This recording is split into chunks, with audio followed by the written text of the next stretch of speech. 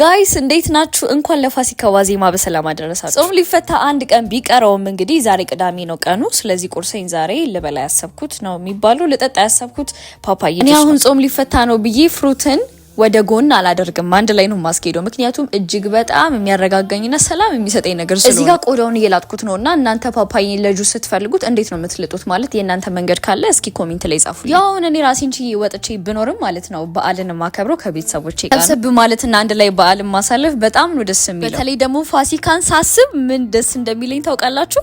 ከቤተሰቦቻችሁ ጋር አንድ ላይ 9 ሰዓት ሌሊት ተነስተን የምንበላው ምግብ ምንጠጣው ቡና ያ ሴሪሞኒ ምናምን ሌላ ታሪክ ነው። ብቻ እንዴት ነው እናንተ ጋር እስኪ ቴል ሚ ሲ ኮሜንት። እና እስካሁን ፓፓዬ ጁሴን እየጠጣሁኝ አንድ ነገር ላወራችሁ። የራሴ የሆነ ፋሽን ብራንድ እንዳለኝ ታውቃላችሁ። ሰሞኑን በዚህ 15 ቀን ራሱ እየተቀበልን የነበረው ኦርደር ብዛት ማለት ነው you have no idea። እና ምርጫችሁ ስላደረጋችሁን በጣም ነው የምናመሰግነው ላችሁ። ምርቶቻችንን ላላወቃችኋቸው እዚህ ምስሉ ላይ እንደምታያቸው ቲሸርት ሹራብ ከቱታ ጋር አንድ ላይ ወይም ደግሞ አሁን አዲስ የጨመርናቸው ምርቶቻችን እነዚህ ቢጃማዎች ናቸው። በጣም ሃይ ኳሊቲ ማቴሪያሎች ስለሆኑ እዚህ ሀገር ላይ በቀላሉ ስለማይገኙ ከውጭ እያስመጣን ነው እየተጠቀምን ያለው። ኦርደር ለማድረግ እዚሁ በውስጥ አውሪኝ ወይም ደግሞ ቴሌግራሜን ከስራ አስቀምጥላችኋለሁ። ባይ